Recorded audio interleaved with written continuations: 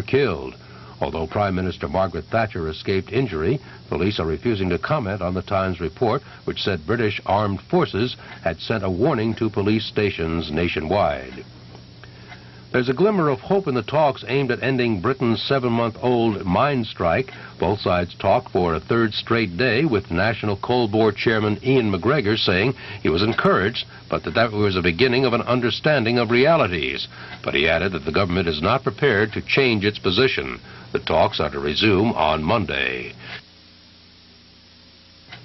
On the national scene, Walter Mondale campaigned yesterday in his home state of Minnesota, telling voters that the past week will be remembered as the beginning of the Mondale-Ferraro victory team. Mondale criticized the Republicans for using what he called their secret weapon, great Democrats.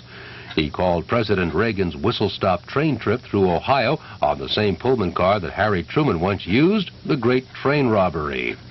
Mondale's running mate, Geraldine Ferraro, poked fun at Reagan's train trip while campaigning in Ames, Iowa. She reminded farmers in the audience that Truman once said, and we quote, "Any farmer that votes Republican should have his head examined." President Reagan, in his paid-for radio address, told listeners that the Republicans' vision of strong economic growth is not a pipe dream. It's a living accomplishment. And he said Mondale's is a gloomy vision of weakness. The informal deadline to reach a new contract covering 114,000 United Auto Workers members at Ford expired a day and a half ago.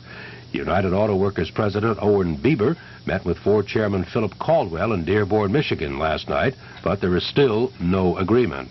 Meanwhile, at General Motors, the union's tentative agreement with GM appears to be passing by a 6-4 margin in local voting. South Pacific Island Airways has been grounded.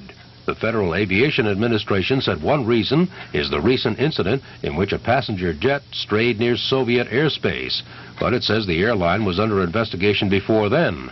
The Honolulu-based airline had 10 days to appeal the order. And Miami weather forecasters say Hurricane Josephine's 85-mile-an-hour winds pose little threat to residents along the North Carolina coast. They say Josephine is expected to drift northward into the open Atlantic. It will continue to weaken, but residents should keep watch in case it suddenly changes direction. Geraldine Ferraro said President Reagan's joke about bombing the Soviet Union jeopardized American safety. The Democratic vice presidential nominee noted the Pentagon has confirmed the Soviet Union went into partial military alert